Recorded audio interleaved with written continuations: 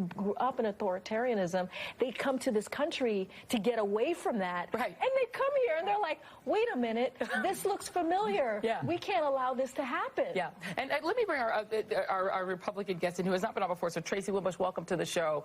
You know, we had on the co-author of How Democracies Die earlier, who pointed out that Donald Trump has now ticked off all 4 of the markers of autocracy.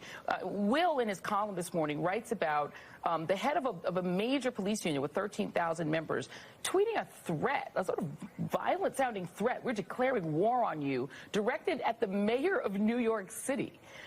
And this sort of normalization of violence, violent rhetoric. There was a neo-Nazi march right downtown Washington, and it didn't even make the news last week. You, as a Republican, how do you explain this in your party? How do you explain this in a party in which, I mean, you represent maybe like 3% of the party as an African American, but how do you explain this? I represent all of the party as a Republican. I am here because we're Americans, and everything that you said about the president, authoritarianism, a thing about autocracy, none of that means anything because you're not understanding leadership. The president is the leader of the free world, and he has to make decisions. And we need to respect that. The journalists don't want to cover the truth. They don't want to cover the facts. They don't want to cover them. They never have.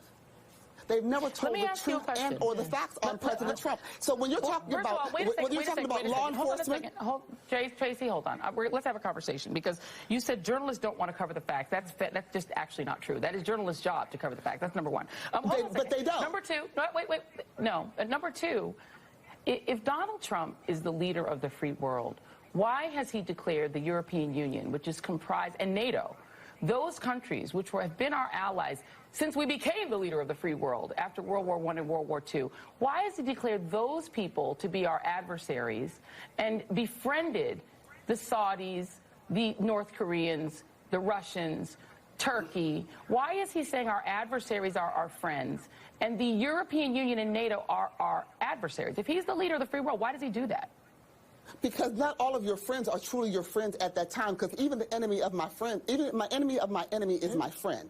And we need to understand that. We also need to understand that you don't know everything, and he can't tell you everything that's going on. And in the moment, we need to let a person lead. But right now, we've never allowed that to happen with the presidency of President Trump, one. But with that said, when it comes to law enforcement, we need to understand that we need to take care of them because they take care of us. Everyone calls 911. And Mayor de Blasio has never been a friend of his law enforcement.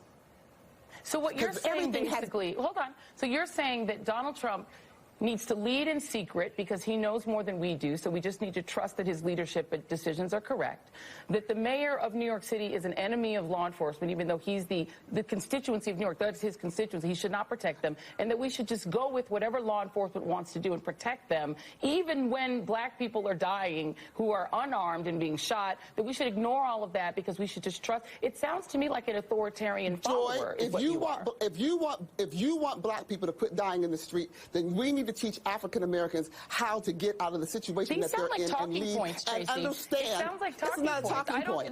This is not about a talking point. This is about education, information, and making sure that they have access to it. You're not educating anybody by giving talking points. I've been hearing these same Republican talking points since like Reagan was in office. That's how old I am. Let's get Will in. You don't give talking points. You guys give opinions and not Joy. Stop saying talking points. Will, you wrote about this threat from, you open your column with it. Can you just explain what you wrote about? Yeah, well, absolutely. I mean, I think when you talk about rising authoritarianism in this country, I mean, part of that, there's a whole warped sense of justice right now. We've been talking a lot in the last week about Bill Barr and what he's doing for Trump's friends like Roger Stone. And I mean, that's extremely troublesome. But the flip side of this coin is, you know, if you're a poor person in this country, if you're underprivileged, if you're black or brown, there is a lot going on right now. Let him finish. You're there's a lot going on right now to make this more of a police state. You know, the police unions that supported Trump are feeling incredibly empowered. We have ICE this weekend going into neighborhoods in American cities nowhere near the border to basically terrorize immigrant communities. And that's the flip side. When we talk about justice in the Trump era, it's not just doing favors for Trump's friends and the rich and powerful, who, by the way, white-collar crime prosecution has disappeared in the Trump era, completely disappeared. It's down to near zero. So that's happening also. But this attitude of, you know, police brutality is okay, the Justice Department is not going to enforce this consent decrees with these communities, which have a history of police brutality by their police forces. This is classic authoritarianism. Yeah. No. Yeah, I think what we've discovered is the Republican Party is not a conservative party; it's an authoritarian party. And no, the Republican Party is a part of America. No, Jennifer's talking. Jennifer's time. That when you see someone who invests all hope, all faith in an individual without realizing that every player in our constitutional system has restraint, has limitations on power, then you've adopted the strong man of history theory. Donald Trump, we don't put blinding faith in the President of the United States. We don't allow any president to intervene in a specific case in order to punish people or to show lenience to people. We don't allow a president to lie. We don't allow a president to bully a prosecutor or bully a jury when the jury is out in the Manafort trial. Have you ever read American history? Indicative of an authoritarian society. In our system, the allegiance that we owe is to the Constitution and the restraints. That's right. You can favor the policies, but you have to have these individuals, whether it's the president, whether it's Congress, whether it's the Supreme Court, operating within a rule of law. And that is what has fundamentally changed, is that Trump is not doing that. And so long as you have people who are essentially cultists, idolaters, who are investing all hope, all faith, all protection in Donald Trump, we are on the road to authoritarianism. And let me ask you this, a couple quick questions, Tracy. They have to be quick answers. Is Donald Trump sent by God? That's what he says. All power is elevated by God. So you think he's sent by God? If he's in power, he was set there by God. So basically he's there, so God sent Donald Trump. So that means that we must do whatever God allowed Donald Trump. I believe that Donald Trump is in office because God allowed him to be there to give America a reprieve so that they can reset and get back to normal. I see. And Donald Trump has essentially said he is a king. Do you believe he is king?